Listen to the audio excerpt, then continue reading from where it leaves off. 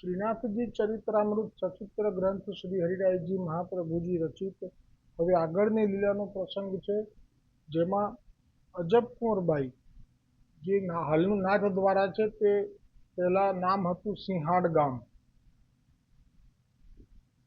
ત્યાં શ્રી ગુસાઈજીથી સેવકીની થઈ હતી. શ્રી ગોવર્ધનનાથજીની પણ ખૂબ કૃપા હતી, પણ તેને ત્યાંનું જે રાજકીય લૌકિક ગુંગળામણ એ સહન ન થઈ શક્યું, કેમ કે તે રાજઘરાનામાં જન્મી હતી અને ત્યાંનું જે વાતાવરણ છે રાજકીય એ ગુંગળામણ કરાવનારું અનુભવ્યું. સાથે સાથે બ્રજના પણ ભાવ હૃદયમાં પ્રગટ થયા કે હું તો લીલાની જીવ છું અને જ્યાં ગોવર્ધન પ્રગટ થયા છે ત્યાં જ જઈ ન રહીશ, મારે અહીંયા હવે નથી રહેવું. આ એવો પ્રસંગ છે કે જેમાં આપણને પણ ઘણું બધું પ્રેરણા મળશે, કે જેમાં અજબકુંવરબાઈને હવે કાયમ માટે પોતાનું ઘર છોડી અને વ્રજમાં વાસ કરવો છે, પણ શું એમાં સફળતા મળશે એ આજના પ્રસંગમાં અનુભવાશે. હવે તેમણે રાજકીય લૌકિક ગુંગળામણથી મૂંઝાઈ અને બ્રજમાં રહેવા માટે આવી પણ ગયા. આ નિર્ણય આપનો પોતાનો હતો. આપના માથે ગુસાઈજી છે ગુરુ તરીકે, ગોવર્ધનનાથજીની કૃપા છે, એટલે કોઈ આડો હાથ ન દઈ શક્યું કે તમે આવી રીતે રાજકુંવરીના ઘરાનાના થઈને, રાજાના ઘરાનાના રાજકુંવરી થઈને આવી રીતે જાઓ, એ ન ચાલે. એ તો બાળ વિધવા પણ હતા, એટલે એવું કઈ અવરોધ ના કરી શક્યું કોઈ. એવું માથે બિરાજતા શ્રી ગુસાઈજી ગુરુજીનું સામર્થ્ય કહેવાય, ગોવર્ધનનાથજીની કૃપા કહેવાય. પણ અજબકુંવરબાઈએ વ્રજમાં આવ્યા તે વખતે શું એવી કઈ લીલા થઈ કે જેથી અજબકુંવરબાઈ તો આગળ જઈને પાછા પડ્યા. વ્રજમાં તો આનંદ માટે ગયા હતા, પણ તેમના ભાગ્યમાં વ્રજનો આનંદ લાંબો સમય નહોતો. એનું કારણ અહીંયા હરિરાયજીએ જે લીલાનું વર્ણન કર્યું છે એમાં અજબકુંવરબાઈની સામે જ નંદદાસજી અને રૂપમંજરીએ પ્રાણ ત્યાગ કર્યા એ એણે જોયા. એટલે આ જે લીલા છે જે હમણે આગળના પ્રસંગમાં ગઈ, નંદદાસજી અને રૂપમંજરી, બાદશાહે પૂછ્યું કે આ પદમાં જે લખ્યું છે એના તમે સાક્ષી છો, એવો ભાવથી લખ્યું છે, પણ તમે ખોટું લખ્યું છે, એનો ભાવ મને સમજાવો. ને પછી અનધિકારી હતો એટલે પહેલા રૂપમંજરીએ પ્રાણ ત્યાગ કર્યા, પછી નંદદાસજીએ પ્રાણ ત્યાગ કર્યા.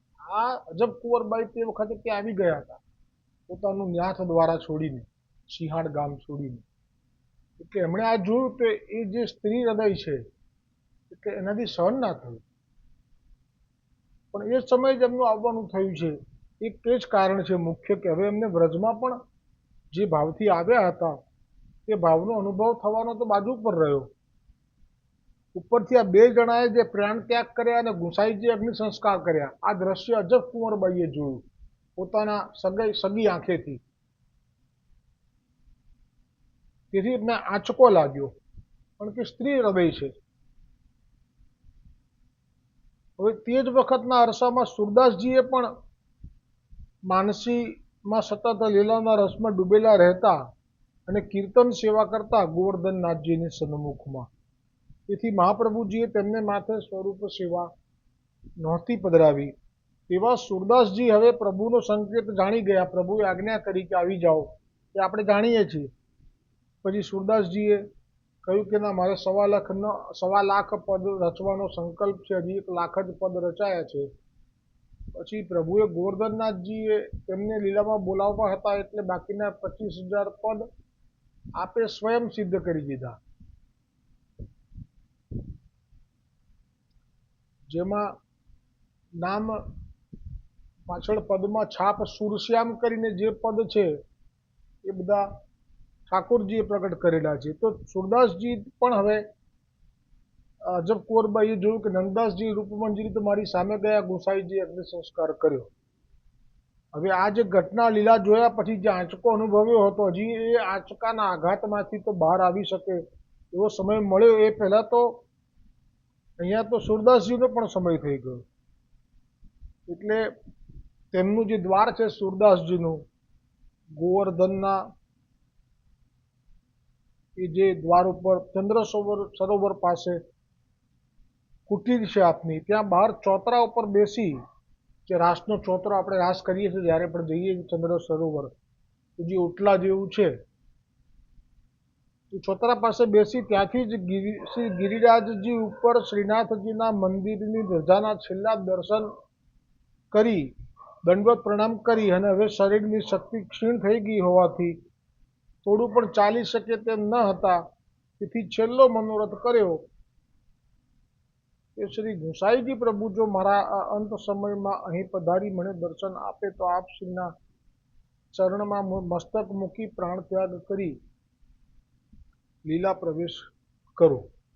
અને પરમ દયાલ શ્રી વલ્લભ નંદન શ્રી ગુસાઈજી ચરણ પ્રભુ તો અંતર્યામી છે, તેથી તે જ ક્ષણે શ્રી ગિરિરાજ ઉપર રાજભોગ આરતી કરી ચૂક્યા હતા, અને ત્યારે રામદાસ, કુંભનદાસ, ચતુર્ભુજદાસ અને ગોવિંદદાસજીને સાથે લઈને ચંદ્ર સરોવર સુરદાસજી પાસે પધાર્યા, અને સૌ વૈષ્ણવો સુરદાસજી પાસે સામે ચાલીને પધાર્યા, અને આપ શ્રીએ વૈષ્ણવોને કહ્યું, ગુસાઈજીએ, કે આ સુરદાસજી છે તેઓ પુષ્ટિ માર્ગના જહાજ છે.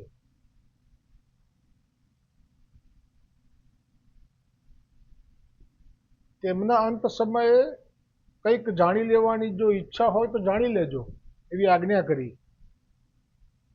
ત્યારે સૌથી નાના જે ચતુર્ભુજદાસજી ત્યાં હતા વયમાં, બીજા બધા વૈષ્ણવો કરતા, કુંભનદાસજીના પુત્ર, તેમણે ઘણો લાભ સુરદાસજી પાસેથી લીધો.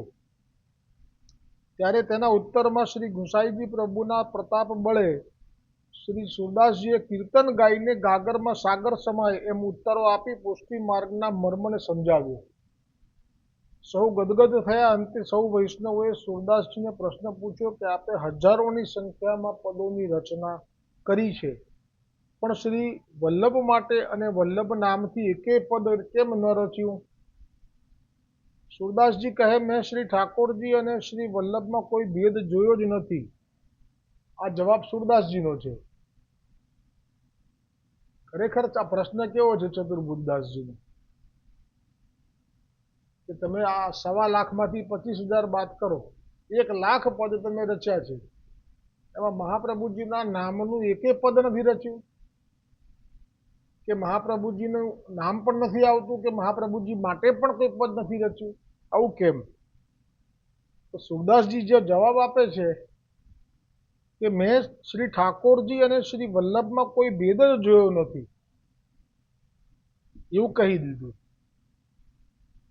ભેદ જ આપે ના જોયો હોય તો પછી આપને વલ્લભ અલગ જ નથી, ઠાકોરજી એ જ વલ્લભ છે એવો ભાવ આપનામાં જે દ્રઢતા છે એ પ્રગટ કરી શબ્દોથી. પણ સાથે સાથે તમે આજે મહાપ્રભુજી વલ્ભાચાર્યજીનું જે પ્રાગટ્ય જેવી રીતે સાક્ષાત પૂર્ણ પુરુષોત્તમના મુખારવિંદથી છે એ તો પ્રમાણ છે, એવી રીતે સુરદાસજી અને અષ્ટ સખાઓના જે પ્રાગટ્યો છે, ગોવર્ધનનાથજી જે પ્રગટ થયા છે, એમના કયા અંગમાંથી કયું પ્રાગટ્ય છે? ગોવર્ધનનાથજીના મુખારવિંદમાંથી સુરદાસજીનું પ્રાગટ્ય છે, નેત્રોમાંથી ગોવિંદ સ્વામીજીનું પ્રાગટ્ય છે, હૃદયમાંથી કુંભનદાસજીનું પ્રાગટ્ય છે, ઉદરમાંથી નંદદાસજીનું પ્રાગટ્ય છે, કટી પ્રદેશમાંથી ચિત્ત સ્વામીજીનું પ્રાગટ્ય છે, હસ્તમાંથી ચતુર્ભુજદાસજીનું પ્રાગટ્ય છે. સમજાય? એને વંદન છે. એક પણ પદ તમે રચ્યું નથી, એનું કારણ એમણે કહ્યું કે આ કારણ છે.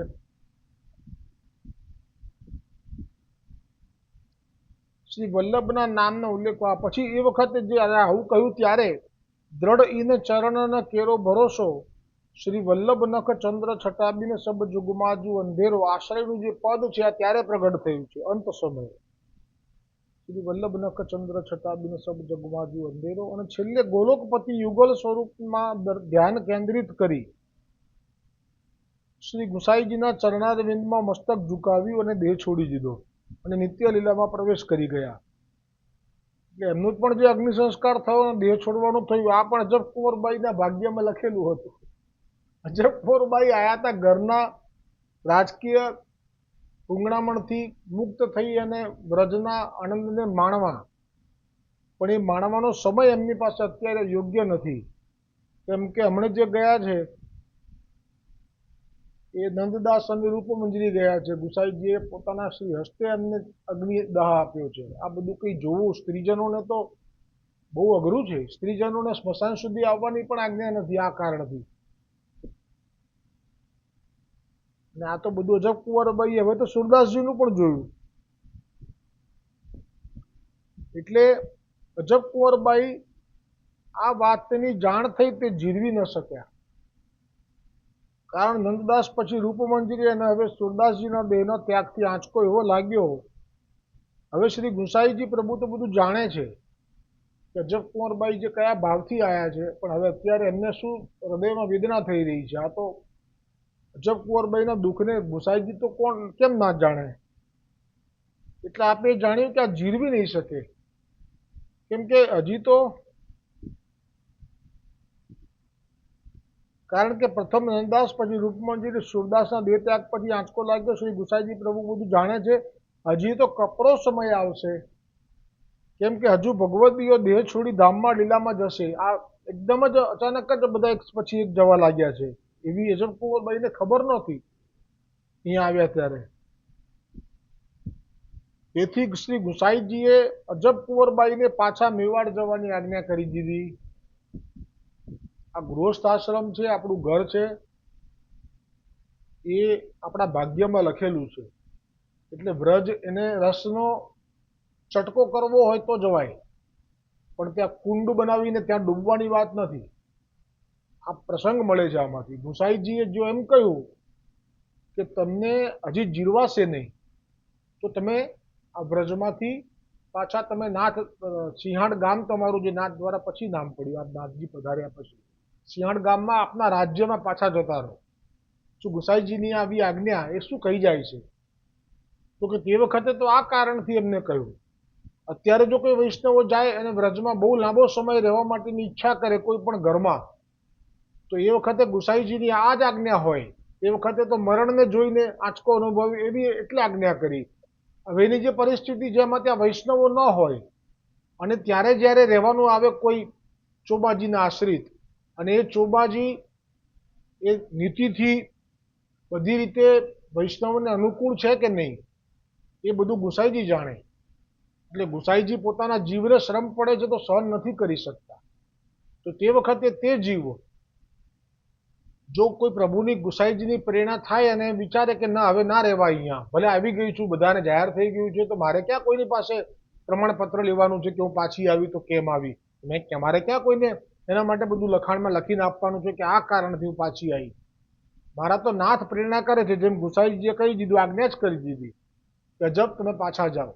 વ્રજમાં આવ્યા છો જે ભાવથી, હવે નહીં રહી શકાય તમારાથી. કેમ કે હવે કુંભનદાસજી પણ જવાના હતા. આ વાત છે. આપણે પણ વ્રજમાં જવાનો આજે પણ એવા ઘણા જીવો છે કે જે વ્રજવાસ કરી રહ્યા છે, પ્રભુની કૃપાથી ઈચ્છાથી કરી રહ્યા છે, તો બધું સુગમ છે.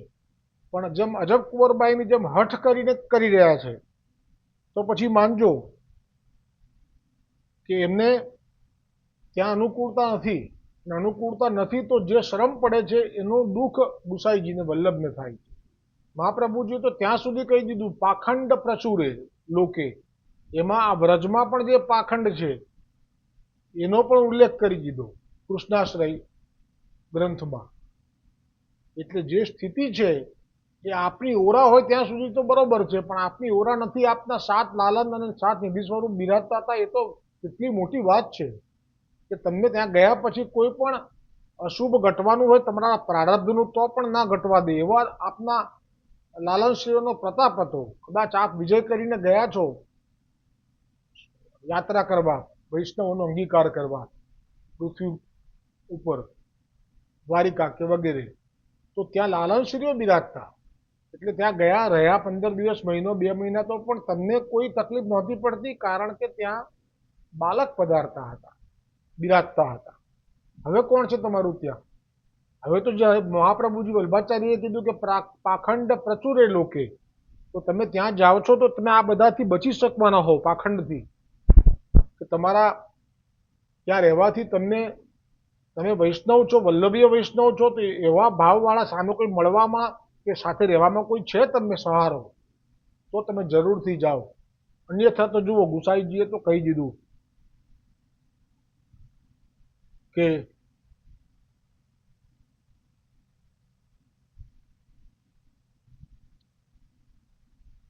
અને પછી હજુ ભગવતીથી આપ શ્રી અજબ કુંવરને પાછા મેવાડ જવાની આજ્ઞા કરી દીધી. ત્યારે ગોવર્ધન પર્વત ઉપર છેલ્લા શ્રીનાથજીના દર્શન કરતા પ્રભુની સન્મુખમાં જ અજબ કુંવર રડી પડ્યા. અને હવે પ્રભુનો વિયોગ થશે અને પાછા રાજકીય કાવા દાવાવાળા વાતાવરણમાં મેવાડ પાછું જવું પડશે. તેથી અકળાઈ જઈને પ્રભુને ટોણો મારતા બોલ્યા કે ત્યાં મેવાડના પ્રપંચ છોડી હું અહીંયા આવી. ગોવર્ધનનાથજીને સંભળાવે છે, અહીંયા આવી તો તે જ મને પાછી મોકલવાનો પેંતરો રચ્યો. ત્યારે શ્રીનાથજી બોલ્યા, ના અજબ, તું એવું ના બોલ. તને ત્રણ વૈષ્ણવોના દેહ છૂટ્યા તેનું દુઃખ થયું, તેથી કાકાશ્રીએ આજ્ઞા કરી છે. અજબ સાંભળ, માનવ દેહ ધારણ કરે એટલે કાળના બંધન સ્વીકારવા જોઈએ. તું પાછી ત્યાં મેવાડમાં મારી રાહ જો. મેં તને વચન આપેલું છે કે કાકાશ્રી એટલે ગુસાઈજી નિત્ય લીલામાં પ્રવેશ કરશે, તે પછી થોડા વર્ષ પછી હું તારી સાથે મેવાડમાં તારા ઘરમાં જ રહીશ. ધીરજ ધરજો, કહી અજબ કુંવરબાઈ મેવાડ ગયા. તો શું ગોવર્ધનનાથજીએ પણ વચન આપેલું, ચોપાટ કે સોગઠા રમતી વખતે હાર્યા લીલા કરી અને જ્યારે જવા લાગ્યા તે વખતે છેડો પકડ્યો અને માગી લીધું. એક પૂછ્યું હશે કે આજે તું જીતી જો તો માગી લે, તો કે કાયમ માટે અહીંયા વાસ કરો. ત્યારે વચન આપેલું હતું કે ગુસાઈજી જ્યાં સુધી ભૂતલ પર છે હું એ મંદિરનો ત્યાગ કરી ન રહી શકું. વલ્લભ વિઠ્ઠલથી વશ છે. પછીના બાળકો માટે ગુસાઈ ઠાકોરજી બંધાયેલા નથી. એટલે જ ગુસાઈજીએ કહેલું કે હવે તમે કોઈની સાથે બોલતા નહીં. અમારા લીલા પ્રવેશ કરી ગયા પછી હજા પ્રગટ થઈ જાઓ છો, પ્રગટ ન થતા. હવેનો જે છે એ બધો લૌકિક આસક્તિવાળો લોટ આવશે. આમાં બધું આવી ગયું કે તે પછી તો આપે બાળકો સાથે બોલવાનું બંધ કરી દીધું. ગુસાઈજીની આજ્ઞામાં ખાલી વૈષ્ણવો સાથે ન બોલવું એવું નથી, પછી બાળકો સાથે પણ આપે બોલવાનું બંધ કરી દીધું. આ પ્રમાણ છે કે આપે માત્ર ગોકુલનાથજી કેમ કે ઈશ્વર છે એટલે આપ બોલ્યા છે, અને જે ગંગાબાઈ હતા એ આપના ગુસાઈજીના પુત્રી હતા એટલે બોલ્યા છે. અન્યથા આપ કોઈની સાથે બોલ્યા નથી. એટલે જે નિત્ય લીલામાં પ્રવેશ કરશે પછી હું તમારી સાથે મેવાડ રહીશ. તો જે અજબ કુંવરબાઈનું 252માં જે પ્રસંગ છે 98 કે 198માં, એમાં આપે હરિરાયજી મહાપ્રભુજીએ ભાવપ્રકાશમાં કહ્યું જ છે કે આધિદૈવિક દેહ ધારણ કરીને અત્યારે અજબ કુંવરબાઈ જે શ્રીનાથજીની સેવામાં છે. એટલે આપણને નેત્રોથી દેખાય છે એ તો જે દેખાય છે તે, પણ વાસ્તવિકમાં સેવા કોણ કરી રહ્યું છે નાથદ્વારામાં શ્રીનાથજીની? તો હરિરાયજીએ કહ્યું કે અજબ કુંવરબાઈ. તો અજબ કુંવરબાઈને જે અંદરનો તાપ હતો એ પછી તો ગુસાઈજી આ ભૂતલ પર રહ્યા એટલે એ લાભ તો મળ્યો નહીં કાયમ રહેવાનો. અને જ્યારે આવ્યા ત્યારે અજબ કુંવરબાઈની વય 120-122 વર્ષની હતી. કારણ કે આશીર્વાદ આપીને ગયા હતા કે હું આવીશ ત્યારે તારી દેહ છૂટેલી નહીં હોય. એટલે આયુષ્ય મળ્યું, પણ એ આયુષ્ય પણ કરવાનું શું? એટલે આયુષ્ય મળ્યા પછી પણ આજ્ઞા કરી, વિનંતી કરી કે મને આપની સાથે રહેવું છે મંદિરમાં. તો કે રહેજો. પણ છતાંય દેશ છોડવાનો વખત આવે તો કીધું કે ના, મારે તો લીલા પ્રાપ્તિ હમણાં નથી કરવી, મારે આધિદૈવિક દેહ મને આપો, હું તમારી સેવા કરું. તો ગોવર્ધનનાથજી કે એ બી આપી. એટલે ગોવર્ધનનાથજીએ બીજા બધા જીવોને લીલામાં પ્રવેશ કરાવડાવ્યો છે, પણ અજબ કુંવરબાઈ નથી કરાવડાવ્યો. અજબ કુંવરબાઈને આધિદૈવિક દેહ આપી અને સેવામાં રાખી લીધા અને આજ્ઞા કરી કે જ્યારે એક બીજું સ્વરૂપ નીકળશે આ નાથદ્વારાના મંદિરના કૂવામાંથી, મારું જ ગોવર્ધનનાથજીનું, એની સેવા અહીંયા થશે અને અમે પધારીશું અમારું મૂળ વ્રજ છે ત્યાં વાંચતે ગાતે. અને અમારું મંદિર હવે ગોવર્ધન પર્વત ઉપર નહીં થાય સિદ્ધ, નીચે તલેટીમાં થશે. આ રીતે વાત કરેલી છે. આ વાત સાક્ષાત ગુસાઈજીએ છેલ્લે લીલા પ્રવેશ કરતા પહેલા જે મહા ઉત્સવ કર્યો, નવનિધિ સ્વરૂપોને પધરાવીને મોટો અન્નકૂટ 56 ભોગ કર્યો, ત્યારે આપના વચન ગિરધરજીને હતા. આપને એ પણ ખબર હતી કે આવી રીતે આ સમયે નીકળીને આપ ક્યાં પધારશે. એટલા માટે અહીંયા અજબ કુંવરબાઈ ને જે ધીરજ આપી, ધીરજ દરજો, કઈ અજબ કુંવરબાઈ મેવાડ ગયા. શ્રીનાથજી ચરિત્રમાં હવે કુંભનદાસજી બાળપણથી 10 વર્ષની ઉંમરથી ઠાકોરજી સાથે હળીમળી ગયા હતા. હવે આ કુંભનદાસજીનું જે ચરિત્ર છે શ્રીનાથજી ચરિત્રમાં, એ પણ લીલા પ્રવેશ કરશે. એ આવતીકાલે આવશે. બોલો શ્રીનાથજી ચરિત્રામૃત કી જય હો, ગોवर्धन नाथ की जय हो, हरिराय जी महाप्रभु जी की जय हो.